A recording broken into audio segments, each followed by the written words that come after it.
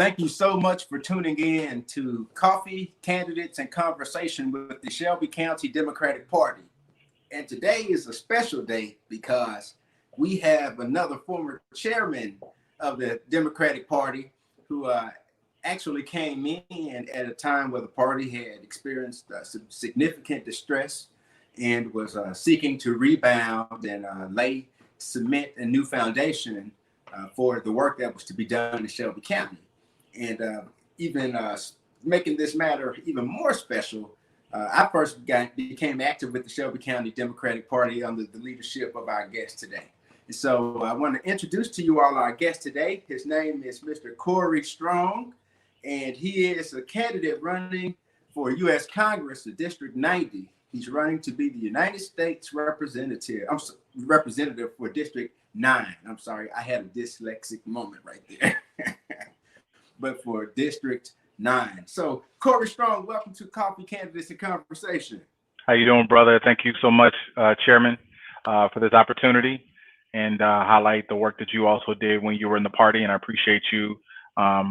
You were tapped you to do community outreach, and you did a phenomenal job at it, and I appreciate you for that and for this platform. So thanks. Well, I'm glad that you're on the show, and of course, this is Coffee, Candidates, and Conversation. And I've got my SCDP coffee. Those look familiar. So I'm gonna shout out. So I got this as a gift. It says Commander Strong on it. It's this is the crest of my last reserve unit, Coastal Riverine Squadron 1. They just got back from a deployment in Africa recently, and so this is for my time serving with them in the reserves. And so, you know, shout out. So Commander Strong here today. Nice, yeah. And so, man, let's just sort of dive into it. So everybody wants to know, who is Corey Strong? And so, you know, we all know you're a candidate and you're grinding, trying to help people get a better understanding of who you are and what your positions are on the critical issues that matter. So let's help the people do a little more learning who you are. So first question, tell us something about Corey Strong that we can't learn on Google, that we can't learn by going to your campaign website, and that we can't learn by working with you in your professional capacity. So I know you won't know this from my website. I know you won't know it from my professional. If you are good at Google, you might be able to figure this out. But in college, I went to the Naval Academy, but I was a cheerleader in college. And so I was the captain of the cheerleading squad. I was an NCAA All-Star back in the day. And so you might not know that. I also cheer for the Baltimore Ravens for half a season there. So as a professional cheerleader, so I ain't just do it, you know, part-time. I was doing it really. But the reason I mentioned Google, you might be able to find this out, is I am known kind of outside of Memphis, but really around the world for a cheer that my classmate came up with. Mm-hmm. And he taught me that we did the Naval Academy, and the cheer is, I believe that we will win. So if you heard someone say, you know, I believe that we will, like that cheer, that is me and my classmate Jay Rodriguez at the Naval Academy. And so we made that famous. He started at the prep school. I made it famous at the Naval Academy. And now it's attached to Major League Soccer and different colleges and you know, and so yeah. And I think, you know, being a cheerleader, you know, you're at a military school and it's very austere, and it's like, you know, salute and serve the country, and that stuff is great. But, you know, I got to have something to lighten it up a little bit. And also you want to, you know, kind of internal optimism is something that I would attach to myself. And I think that cheer represents, and just my willingness to root kind of other people on and support them is something I've always done, and proud to be associated with that. And I'm cool with being a cheerleader. You know, my dad was like, at first he was like, I don't know about this cheerleading thing, Corey. But then he saw me out on the field. He was like, you get to travel with the football team, and then you get to stay overnight. Okay, that's probably a pretty good deal. I'll let you get away with it. So yeah, so I enjoyed my time being a cheerleader in college. Yeah, I imagine you have to be pretty strong to, you know, hold up a whole person, man, you know, with one arm and all of that. So I still got back problems today. So shoot, yeah, so yeah, but still, a lot of athleticism, and where the sport has gone now, it's incredible. The athletes they have, there's like Netflix shows about and stuff like that. It's incredible. So So definitely just have fun, root on my team, and I've always, continue to root on the Naval Academy everywhere I can. So unfortunately, when they come play the Memphis Tigers, I'm rooting for Navy. So I gotta rep my team and my school. But yeah, definitely. Well, man, at least you're honest about it. At least you're honest about it. Y'all heard that, voters. He's rooting for the Navy when they come play the Tigers. Anybody else, I'm with the Tigers anywhere else. But when Navy come to town, I gotta rep my team. I understand. Well, let's continue to open that door so that people can know more about who Corey Strong is. We know that typically when you're running for office, your life sort of becomes the sum of all of the issues that are most important to your constituents. And sometimes we forget that candidates too are also voters. So let's take your candidate's hat off for a moment and just set that to the side. Okay. Let's talk as a voter. For Corey Strong, the voter, what is the single most important issue to you and why? So I think the most important issue to me as a voter, I think the term that comes up is all politics are local. And what's most important to me is having elected officials that truly understand the area we live in, are doing everything they can in elected office, representing people to make that place the best version of itself, the most authentic version of itself, right? And I would say that there are, some young elected officials, some older ones, but definitely some younger elected officials that are starting to understand that and fight in those offices to really help Memphis kind of reach the best version of itself. When I look at me and my own personal, you talked about me as a voter. I came back home from, half of a career military service about 9 years ago. And I know a lot of my peers who are very successful, got great degrees and do great things, are not living in Memphis. And it's a constant conversation when you get around Memphis people in another place about how Memphis has never really kind of become what it can be. And a lot of people don't want to move home because of that, because it doesn't have the same attractions, the same accoutrement, the same, activity that Atlanta or DC or Chicago or New York or wherever else they live has, right? And so my goal is I see Memphis as being better than all those places because of the people. But we haven't caught up to the people because we don't necessarily value the people. So in my regard, I want to see elected officials who sincerely believe in what's possible. And it's hard when you get into politics because people talk about the negative a lot, crime and poverty, et cetera, et cetera. But the only thing that's more powerful than fear is hope. And so those elected officials that speak to hope of what's possible and want to work towards that, that's what's important to me. And we're starting to have some elected officials talk to those issues. But that's what's important to me. Okay. Well, you kind of touched on something that I think a lot of people would like to hear about. We know that you're a veteran, and we understand in America historically that veterans haven't always got quite a fair shake after giving your time full time, especially to serve your country, and whether you've been deployed and away from your family for a significant amount of time or experienced some traumatic stuff on the battlefield. My dad was in the military, nearly 22 years, and my mother served 12 years. And I know from experience that, it can have a lasting impact on you when you return home and you're trying to adjust to a civilian life. And so tell us about, some of your thoughts on issues affecting veterans like healthcare and opportunities to find work and transferability of skills and job creation in that regard. So what I would say is, just as a general matter, historically, you're right. This country has had a poor history at repaying those who have given the ultimate sacrifice, those individuals, their families, and loved ones who paid the ultimate sacrifice, whether it's their life or their body and limb for this country, of repaying them and making sure when they came back, they got what they deserve. And what they deserve is more than 10% off at a restaurant or at Lowe's or Home Depot. They deserve far more than, a day at a sporting event where you salute veterans. They deserve a country that makes them whole. When you've used them as an instrument of our national policy, they deserve to be made whole afterwards. And I don't think we've done a good job of that. And there's a number of different venues for that. racially, right? This has come up a lot when we talk about the kneeling at the football games. My grandfather served in World War II, and he came back. There was no GI Bill for him. There were no loans for his farm. He had not access to those things. I think if our country actually repaid him as a veteran what he did for our country, what would our family look like? What would we have been able to build up and support?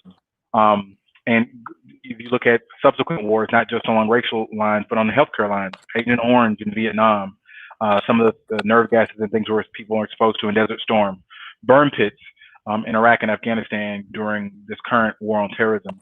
And so people are coming back with physiological issues, health issues, mental health issues, and not to separate those two because they have to be treated the same way, right?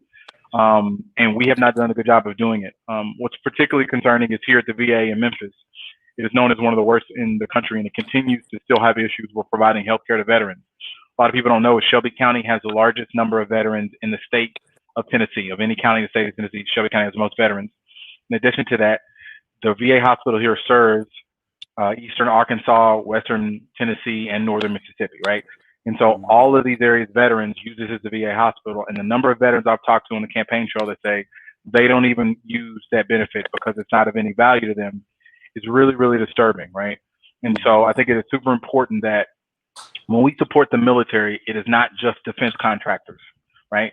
And I think what a lot of people on the other side of the aisle will tell you is when they support the military, they're talking about Boeing and Lockheed Martin and planes and ships. And yeah, we need the right tools to be able to defend our country and to protect others. But when I talk about the military, I'm talking about the people that put the uniform I put on. And so we need to take care of them there, make sure they're paid properly, make sure that while they're in the military, they have the right exposure and the right access to physical health and mental health services, particularly when they've served overseas.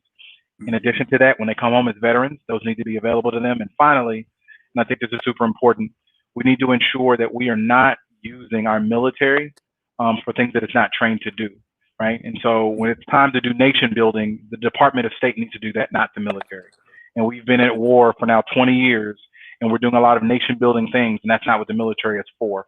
And they need to use the Department of State to do those things, as opposed to continuing to keep these sailors, Marines, soldiers, and airmen on this cycle of on and on and on deployments that are crushing their families. The last thing I'll say about this is, I remember the first time I was in Afghanistan, I talked to an E5 in the Army. I was working with the Army. And I asked him, he showed me a picture of his wife and his kid, and they were talking on Skype. And I said, hey, pretty cool. And he was like, yeah, it's kind of sad. And I was like, why is it sad, sir? He's like, well, I missed another one of his birthdays. And I was like, explain that to me. And he said he'd been married for 5 years, and he'd been with his wife for 18 months of that 5 years. The rest of it, he had been deployed. Like, that's the type of things that we're doing by sending people over and over again. And so there's a human toll when we declare war, and it can't just be about equipment and bombs and bullets. It's got to be about people. And so when I focus on veterans, I'm focused on veterans, people that did the same job I did. And we need to protect them and repay the debt and make them whole once they come back from overseas. Okay. Just pause for a quick second. I'll cut this part out.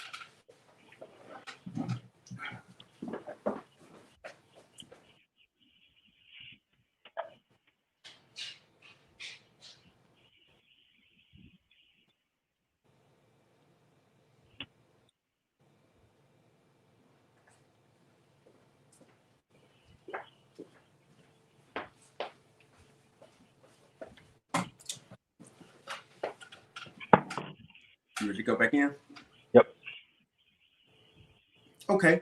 So now you kind of mentioned some stuff that I thought would make like a really great question to connect, like 3 different segments of society together.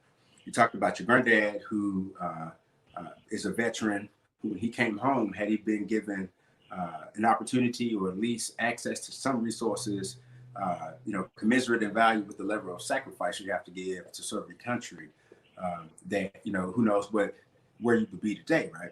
Right. Then you also kind of just talked about those who are going to the military and just sort of coming out, trying to create opportunity for themselves and some difficulty there.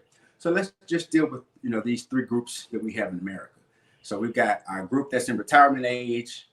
Social Security is a concern. I actually had a voter to call me today and wanted to know what candidate is out there, which candidate is really big on Social Security, because that's what I care about. Right, So right. let's talk about Social Security. let's talk about what's important to folks who just finished college and are now knocking on the world's door saying, okay, it's my time. Where's my opportunity? And then what about those who are on the way? Education. So let's take them in that. Let's sort of take them in that order, or whichever order you prefer.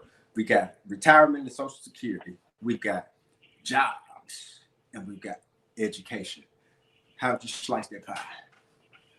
So, okay, just everybody. So talk about everything, Corey. Yeah, pretty much. No, Yeah. no, I think it's a good question because I think also this Democratic nomination process has demonstrated there is a difference, a very big difference in how those groups of people view the world, and even the ones that aren't voters, what's important for them, and then how we approach them. And so, and actually, I just got a phone call from my mom's friend that would be in the Social Security age group. I think it's important we protect Social Security. People have paid into that; they're depending on that. Regardless of what the Republican lie is, it is a solvent program. It pays for itself. When Republicans borrow from it to give tax breaks to rich people, that's when it has issues. And so it is important for us to continue to protect that, continue to pay money into that, and continue to support that.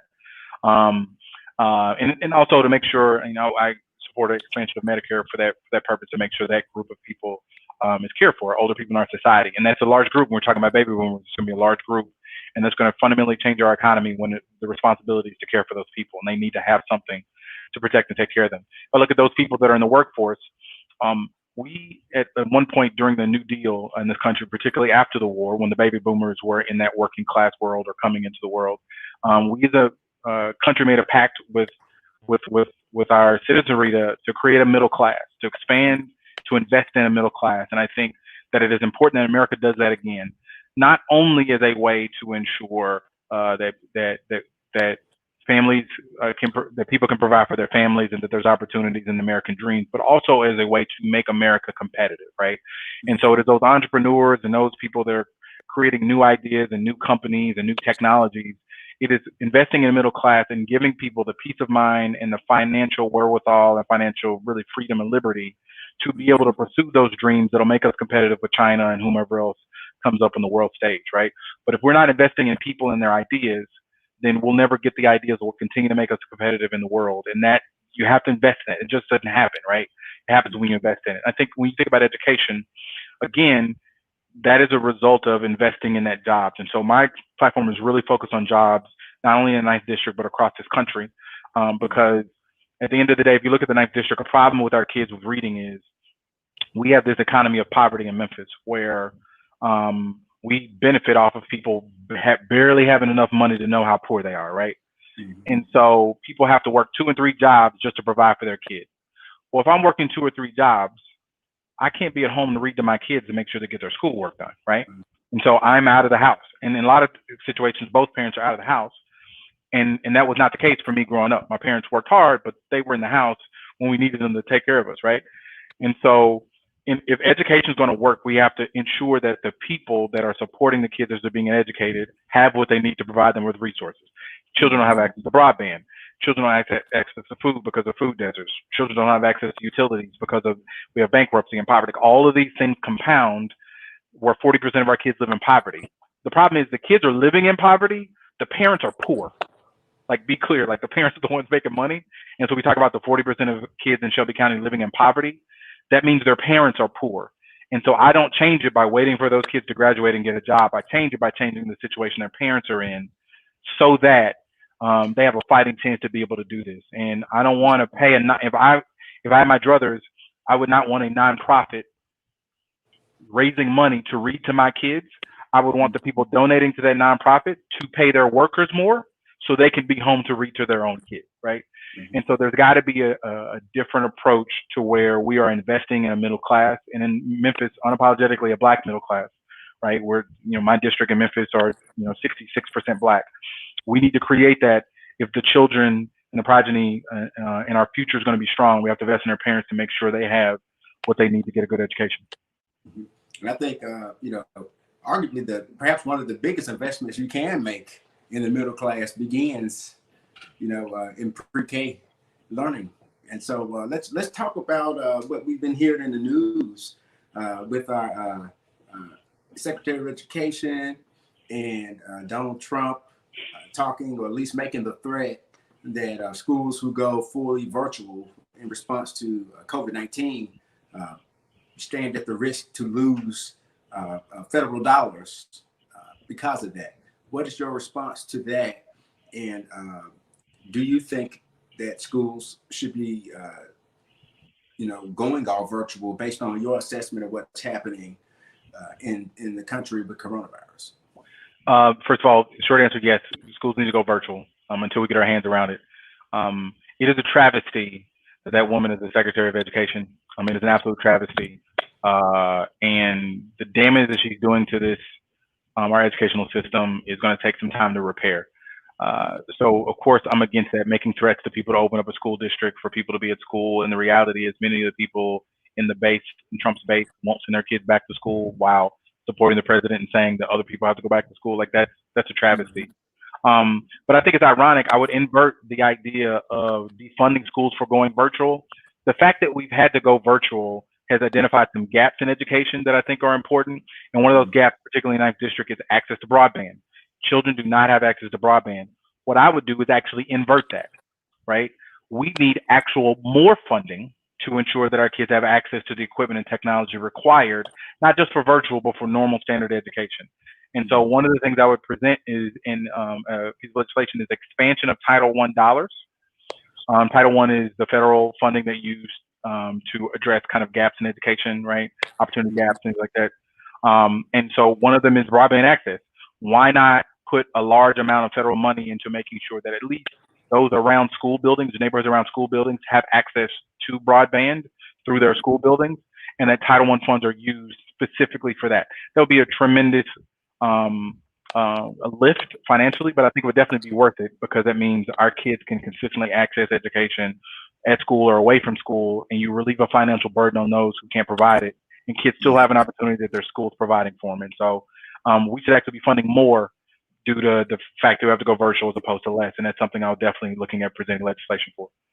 Okay. Well, man, let's sort of transition into a different mode. So what we'll do, we'll call this a mini slow lightning round. So you have about a minute to a minute and a half to respond to these. But what I'll do is I'm just going to pick a topic from the long list of things that we have as possible topics. And I just want you to tell us what your thought is about it. If there's a big problem, address it. If there is, well, there's always a big problem. So let me say, if there's something significant that you would like to bring out, address that. And if we step on a big toe and we need to spend some more time on an issue, let's dig into the issue. So you let me know if you step on a big toe issue. And so we'll start out with this one. And this is definitely a painful one in Tennessee. What are your thoughts on the expansion of Medicare and Medicaid? And, Tennessee, we've not accepted those dollars.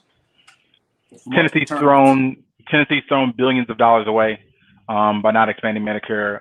That needs to be done immediately, and it definitely would continue to support Democrats at the state level who want to start a campaign to try to convince other voters of the need to do that. We've closed too many hospitals.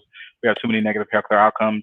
But in addition, we need to change the Medicare system so that it is comprehensive. And so I'm for Medicare for all system, right? I don't think that that maybe it's not politically tenable right now. And the most important thing is to get Mr. Trump out of the White House. But at some point in his first term, we can have a real conversation about that. And it's the same idea: access to Medicare. Healthcare is a human right, and so I would support that. If it came up on the floor, I'll be one of the first to support it. And so yeah, that has to happen. It is a sin that we are making money off of people's healthcare outcomes, and we can't continue to be that as a country and be a moral leader in this world. And in the same healthcare realm, and go ahead and break out the scale. How would you rate the United States response to COVID-19 on a scale from 1 to 10, and why? So 0. Can you go negative? Is there a negative number? Like, God, like I saw a chart today about the number of days, 99 days to get to 1 million cases, and it's taken like 15 days to go from 3 million to 4 million. Like, just each million case, it takes a shorter amount of times to get there. It's been atrocious. We have an egomaniac in the White House, and it's about him, and it's not about people. We don't listen to science, business rules, and at every level, local, state, and federal government how attached we are to business interests and how much business interests and those with money dictate what happens in this country. COVID has eliminated that, and we've put essential workers and too frequently Black people who are in those essential worker jobs and have disparate healthcare outcomes on the front line. And at some point, it's going to be pretty obvious we got to shut it down. And I think that day is coming sooner rather than later. Even the president, with his dropping polling numbers, which are the only thing he listens to, starting to understand the importance of that, wearing a mask. And the reality is we're probably going to have to shut down again as a country and restart to figure this out and do it the right way. Mm-hmm. Okay. Well, let's talk about money in a different area. The Department of Defense budget. Should there be more money given? Should it be decreased? What are your thoughts? No, I thank you for asking this question. And actually, this has come up. Some constituents have reached out to me on this recently. I'm going to talk about me and my opponent here. The congressman has a reputation for having a great voting record. Vote just came up here recently for decreasing the Department of Defense budget by 10%, and he voted against that. If you start looking at his campaign disclosures and where he's made money, he's made a significant amount of money investing in defense contractors. And so we know that most of the Department of Defense budget does not go to people, it goes to equipment. So of course he wouldn't want to reduce something that's going to reduce the amount of money that puts in his own pocket. And so if you're going to be progressive, you got to be progressive in all ways. And I am a person in the military who can tell you the Department of Defense can take a 10% haircut. They can be more efficient with what they currently have. These programs for building equipment like the F-35 and the new aircraft carrier get out of hand. And so I would be someone who served in uniform that would say, hey, even the branch that I continue to serve in needs to do a better job with how to use the money that they're given. And I would have voted for, as many other progressive politicians did, for reducing that defense budget. And I think that's a worthwhile conversation to have, because that money that doesn't go to the defense budget can go to places like healthcare or education or commerce or labor, places that we really need it, as opposed to buying another ship or an airplane. Okay. And speaking of resources and how we use them, let's talk about those who lack resources. Let's talk about poverty in America. Well, this is the capital of poverty. We're the capital of bankruptcy. We're one of the second most impoverished urban areas and congressional districts in the country. And poverty rules the day here. And so we have to be very intentional about getting people out of poverty. To be honest, poverty makes people who are not in poverty rich, right? So the business of poverty, someone is benefiting from that. And Memphis has promoted its low-wage economy for some period of time. And so I want to be a disruptive force as a congressman to start talking about different businesses. I was just out at a protest recently, and we were talking about $15 an hour, right? $15 an hour is a floor. In Tennessee, to afford a 2-bedroom apartment, guess how much you must make hourly to afford a 2-bedroom apartment? $17 an hour. So if you're an adult with a child, guess what? You cannot afford those things. And so we have to do something different. And the only way you do that is invest in people and invest in jobs and pay them meaningfully. And so then if you had to pick a number today that you thought was achievable on the floor, if you could bring it up and push it through, and if we're in the position to try and drive and rally the support, what number do you think you could land on and possibly get it done to the extent you could? And then is that number a number that is close to what an actual livable wage would be? No, thank you for that question. So I'm not going to recreate the wheel and change the momentum we currently have. $15 an hour has support from many local governments, from state governments, and I think the push is to make that happen at the federal level. I think that is appropriate currently. My push is we don't need to settle for an economy that is based off of $15 an hour jobs, right? And so in Memphis, if the minimum wage is $15 an hour, then we're going to try to create as many jobs at that level as possible. And so you cannot have an economy that is based off of the floor, right? And so what I want to do in the 9th district is say, all right, yeah, $15 is great. That's a great floor. But what is really a livable wage? And it's really more than that. We know that. I just mentioned $17 an hour to pay for 2 bedrooms. So what I am looking to do is work with our mayors, work with our chamber at the federal level, and to attract businesses that offer $20 an hour jobs, $30 an hour jobs, $40 an hour jobs, with skilled labor, so we can actually create a middle class. You will never create a middle class at $15 an hour. And so my goal is, how do I expand the middle class, and what is the wage required to do that? What kind of job training do we have to do that? What other conditions need to be set to attract businesses here?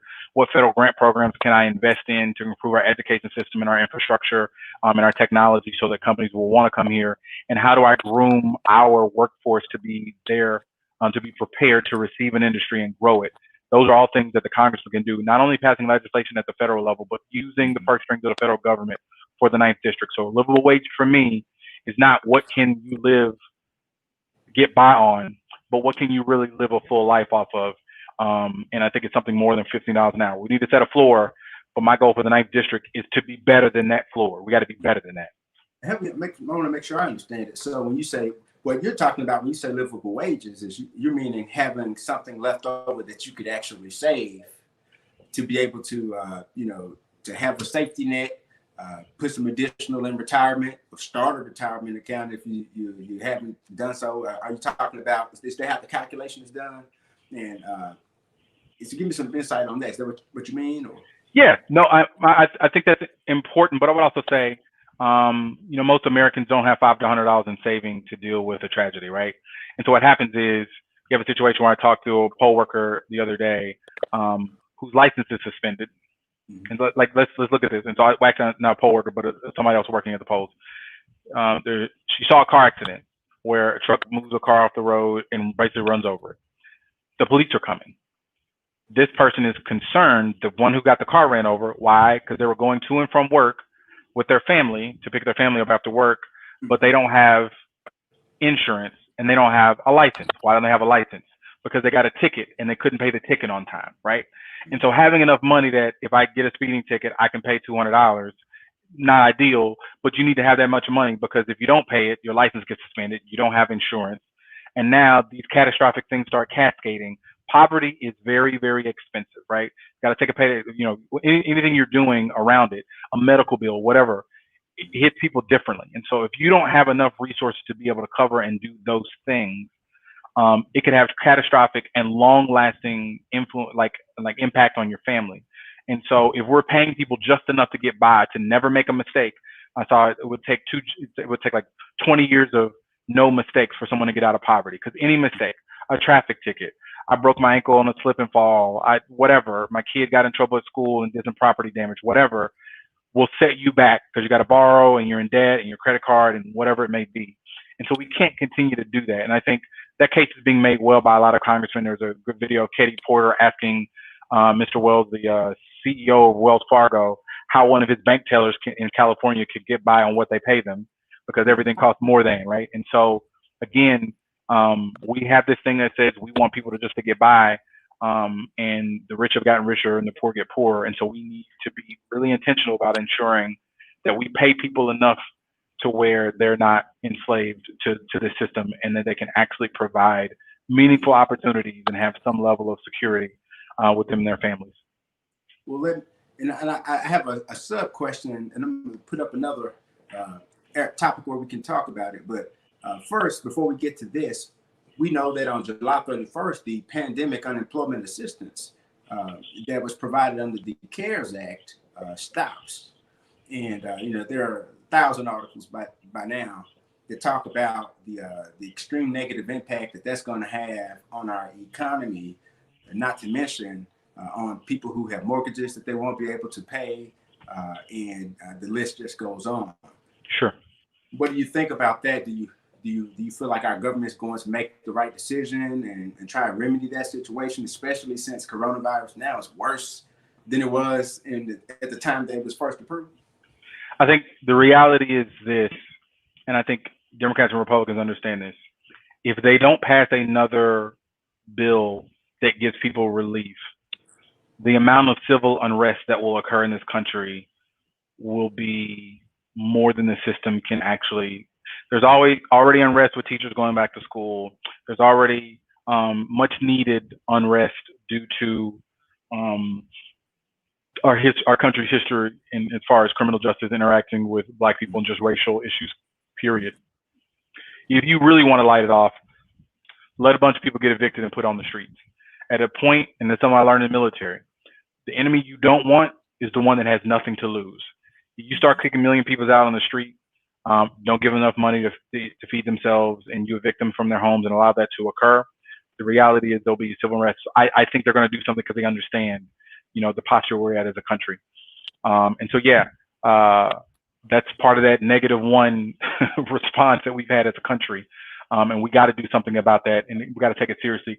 But I think the conversation that you're starting to hear happen is on both sides of the aisle, they understand how important it is. You see that the GOP even broke from the president on what they would present in that bill. They took the payroll part of it out because they realized we got to do something. So I think you'll see something very soon on that in that regard. And also, I think one of the unique things that have happened in District 9 is, we have a strong labor force in terms of what we could say, in the distribution, in the area of distribution. So we have a lot of warehouse people who work through warehouses and stuff. And with that, and I've been through this system before. Sometimes you have to go through a temp agency to get to the employment at the warehouse. And man, I've seen it with my own eyes, situations where I just eyeballing it, felt like at least half or more of the workforce was through the temp service, where healthcare, if you get it through, say, like a CMOS, the cost of your contractor. You're a contractor. Yeah, you're a contractor. Yes. And so, what about economic growth in District 9? And keeping in mind that kind of situation, and I know we can't talk about economics without talking about jobs. So, what are your thoughts on? Yeah, this is more than a minute and a half. I talked to my father. My father works for American Building Management, and they manage some of these warehousing facilities. And one of the things that we've talked about was when they have a sort shift at a lot of these facilities, the sort shift is designed around a 4-hour block. That block actually does not always last 4 hours. So while you may get paid $15 an hour, it is not guaranteed you will work 4 hours during that shift. In addition, it's not like shift work somewhere else. The next shift does not immediately follow your 4-hour shift. There is a break in time. So in a day, to get 8 hours in, you got to be there for more than 8 hours, right? Just to get 8 hours in. In addition, for each shift, they invite far more people than they need to actually work the shift because they know only a certain amount of people will show up. That is how temporary the mindset of the workers are that work in a lot of these facilities, and how it works with the temporary services, that they are literally just a commodity that's being moved through, right? And the temp agency should tell you everything is, we're going to save every dime we can, period. And so when you live in a right to work state where, unions are discouraged or they're doing everything they can to bust unions, and you have an economy that is based off of temporary workers, and if they don't find them here, they go to Mississippi and Arkansas and they'll bust them in to replace our own workers in the 9th district. And they even went a step further. Amazon's next facility, for instance, is built in Mississippi, right? Google, same thing, right? And so we cannot compete as a city, and our economy cannot be healthy as long as it is based on low wage jobs. Too many of our jobs and too much of our economy is based off of paying people low wages. Memphis will not be able to compete. There was a day and age where our peer cities were cities like Atlanta or Nashville or Charlotte. Now our peer cities are Little Rock and Birmingham and Indianapolis. There's no set of circumstances that Memphis should ever be competing with Little Rock and Birmingham. But because we have committed to this very, very insular, low-wage economy, or we're not paying people well, and we're not really growing, we're not being competitive, that has allowed other cities to catch up to us. And so when we talk about economic growth in the 9th district, we have to have the industry that demands jobs, meaningful jobs that pay well. And we either have to organically grow and support people here. That's like a lot of entrepreneurial efforts here, like StartCode, that are investing in like biotech and other firms like that. Invest in one of those and grow them, and or attract other growing, burgeoning industries and make Memphis. DevCon just moved here. They do network security. That could be a place where Memphis, at least in the Southeast, becomes a leader. But you only do that by saying, we commit to this industry. We actually want people trained to those jobs. And guess what happens? If you said tomorrow, network security is going to be Memphis's thing and we're getting in it and we're going to hire 150,000 people in that over the next decade, guess what happens? You then say to Shelby County Schools and you say to Rhodes and you say to Christian Brothers and Southwest and University of Memphis, I need you to give me graduates who can do this. Mm-hmm. And guess what? Those companies then invest. FedEx, they wanted people working in logistics and operational security. What do? Build a FedEx Center of Technology on the campus and created a major. That's how it works. And so now high school kids will go to that. They see this pretty building and they say, I could work for FedEx. This looks great. I'm going to focus in school because I know there's a job out there for me and I can come here and be in this pretty building. And they go to that building, they get trained and they go work in that industry. We don't have an industry that has that demand signal in our colleges or our K through 12 space. Mm-hmm. That takes a sincere commitment. And so me as congressman, I want to push our mayors, push our chamber, push our state reps and push those. What are we doing in Memphis to actually take advantage of our incredible talent, human capital, and workforce? And what are we doing to bring jobs here that people can actually live off of instead of just getting by on moving somebody else's stuff? We have to turn our economy and the people in our economy into makers. Right now, we're just movers. We move other people's stuff. We need to start making something meaningful, a service or a product that can make us competitive going forward. Well, we know in Memphis, we are a majority Black city. And so what do you think, when you consider businesses in Memphis and Shelby County, definitely we don't have more Black businesses, or at least the majority of businesses are not Black owned businesses in Shelby County and Memphis. What are your thoughts on Black business growth? So the Memphis Business Journal did a great expose on this, and Memphis is not unique, but it is particularly acute, the issues we have with Black businesses here. So I believe in the article that I read that there are 12 times more Black businesses, more white businesses than Black businesses in Memphis. Memphis is 2 of every 3 people in Memphis is Black.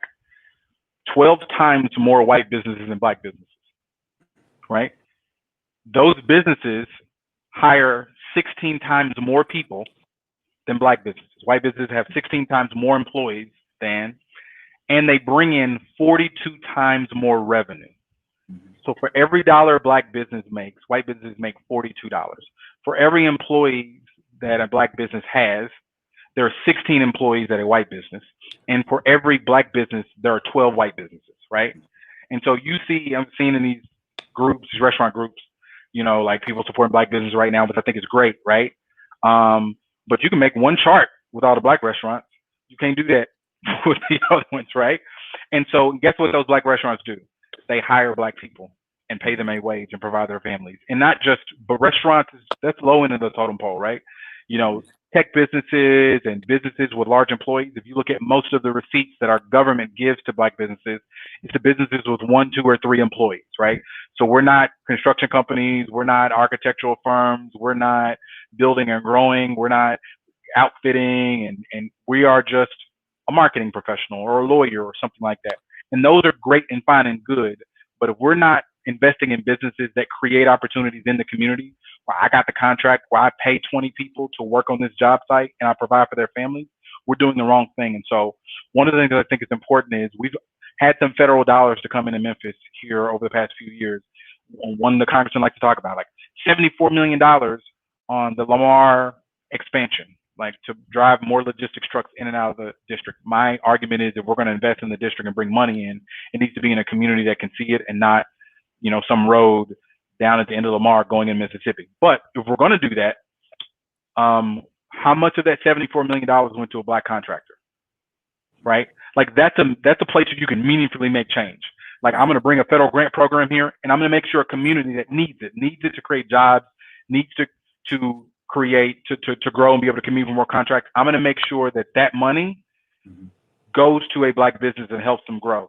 Atlanta grew off the Hartsville Airport project, and many Black businesses participated in that, and they almost had 40% of that. That created developers, that created a number of skilled labor that lasted, for decades. We can do the same here, but we need to have leaders that understand it ain't voting in Congress. It's how do I make sure money comes here, gets in the hands of the people that need it. And if Black Lives Matter, they got to matter in our economy. And that's the difference you'll see between me and the congressman is I'm fighting to make sure I put money in people's pockets and I grow capacity. And the way you do that to create a middle class, another way you do that is growing Black businesses. Mm-hmm. Okay. Let me ask you a question that's sort of, it's a new industry in America that, I guess maybe 20 years ago, 25 years ago, we probably never would have imagined that this would be an industry. But what do you think about the legalization of marijuana in states who have created a new industry that is changing the game as it comes to revenue? For Tennessee, what do you think about legalization of marijuana? So we are kind of behind the times on this, and I think it's important to look at the data. And there's a lot of people that are afraid of marijuana. My grandma. You be out there smoking them reefers. You can't be out there, with them reefers. So, and I understand it. It's a controlled substance. I got it. Understand it. But alcohol is far more damaging, right? Like damaging the family. Alcoholism as a disease is far more damaging, and it's legal, right? So I support legalizing marijuana. I support it being regulated properly. But I think what's most important is we started a war on drugs in this country circa the late 70s, early 80s, where we incarcerated tens of millions of people, particularly black men, black and brown men. And we devastated those communities, right? Today, 20,000 men are missing from the economy of Memphis. Also, Memphis Business Journal point, where are they at? Probably with a felony and can't be employed. That's probably where they are, right? And so there has to be a restorative piece to any legislation that legalizes marijuana that gives access to capital for Black people to participate in that business, because I think that is something that our country owes to a community that they heavily policed and incarcerated for nonviolent crimes. And if we're going to say it's legal now, there's some penance that we need to pay to those who were swept on it, and to those communities who were swept under by it. But you look at it right now, it is very hard for Blacks to get access to capital in that particular business. I know some veterans, for instance, a veteran woman who got into it in Colorado, and she's like one of two in the state. And it's already kind of running away. And so I think the federal government can do a lot to restore that and right that wrong that they've committed in waging the war on drugs on one of its own communities. And I think a lot more attention might need to be placed, or should be placed on felons who have lost their right to vote. Absolutely, 100%. Yes. Yeah. And so we're going to gear up now for our big one. This is our big question, and this is, I guess, the broadest question that we're going to ask, and it's a SWOT analysis. And we want you to look at District 9.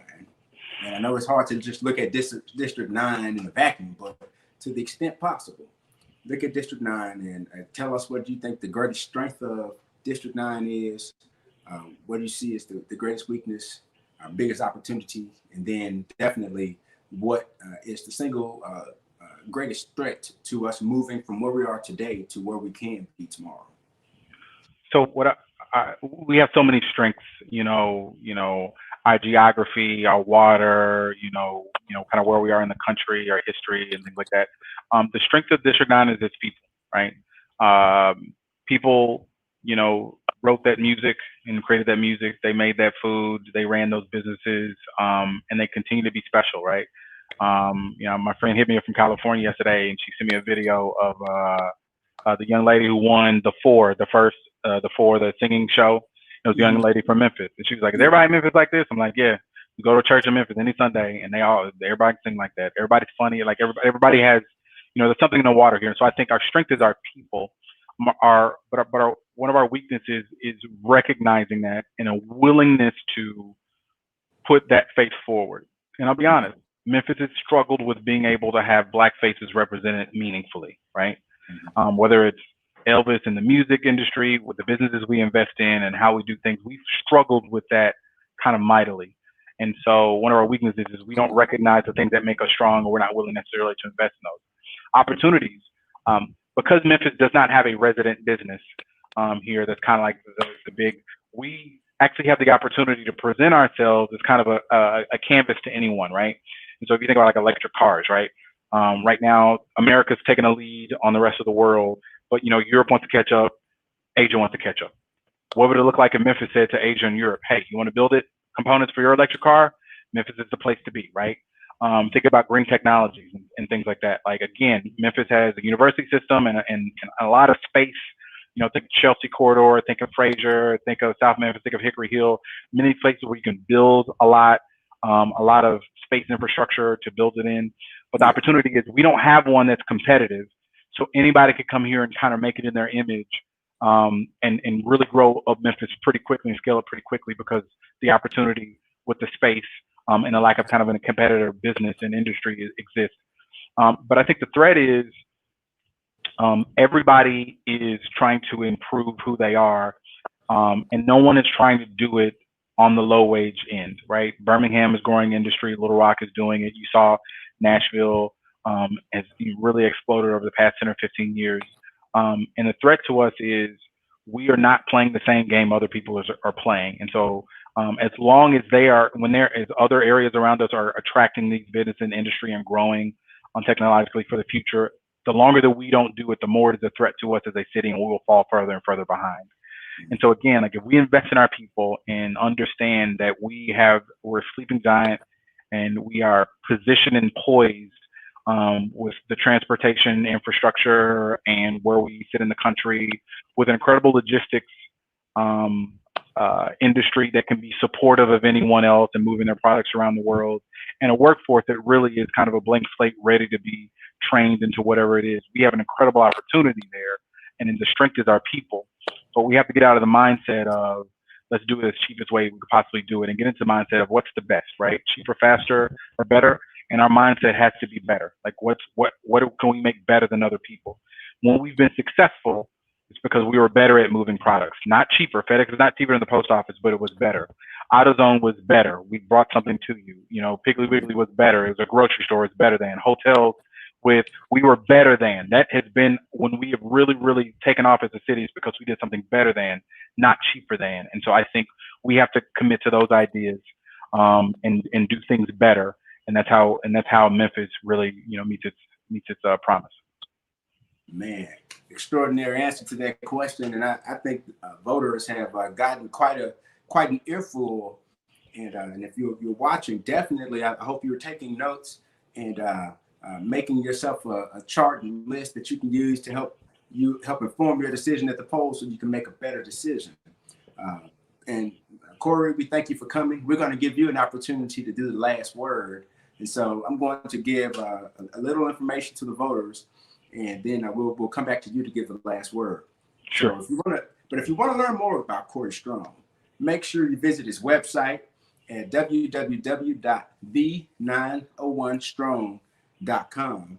And you can take the 901strong.com and pretty much put it behind any of your social media sites and pull them up. So the same would be the case for Facebook. It's www.facebook.com/the901strong. You can do that on Twitter and find his account there. Not .com, just the901strong. But yeah, that's fine. But just /the901strong for all of them. So for Twitter, I'll correct it for you guys. So on LinkedIn, is that the right one for LinkedIn? No, it's for Instagram. So mine is my name, Corey Strong, on LinkedIn, but yes. Okay, gotcha. So on LinkedIn, you can find him by just searching Corey Strong, and then on Twitter, it would be the901 Strong.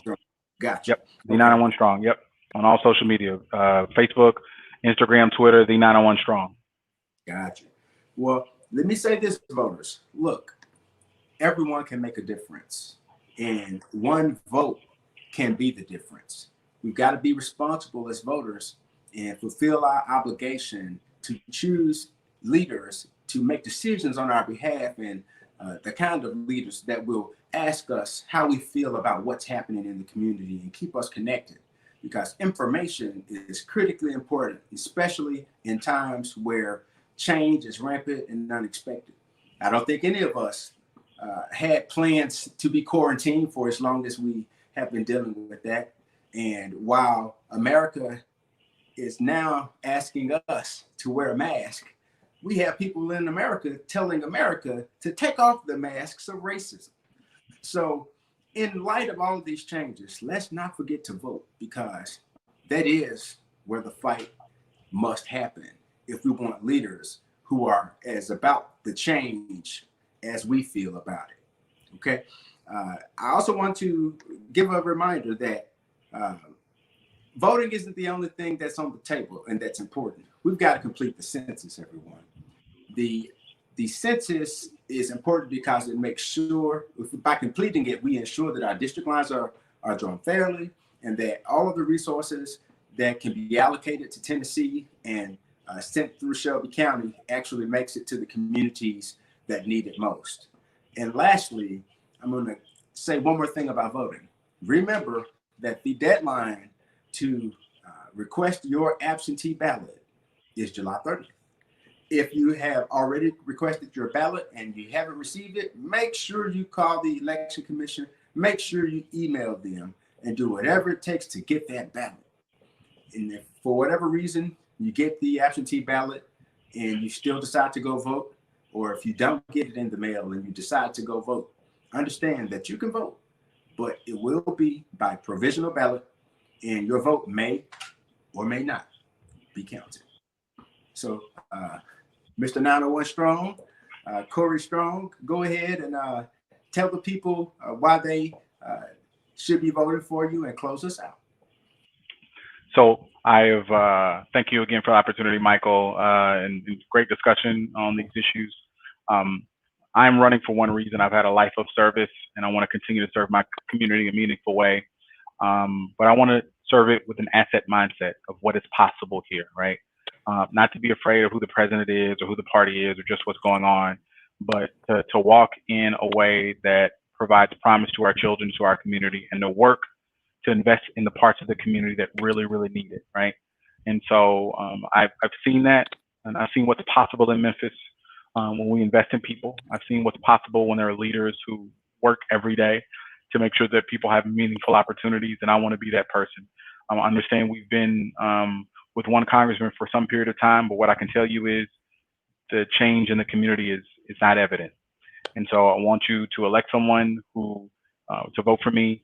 I ask you humbly for your vote because it is important that you have a leader that you can judge based off of what they've done. And I want you to judge me on the work that I've done to bring more jobs and more opportunities to the 9th District.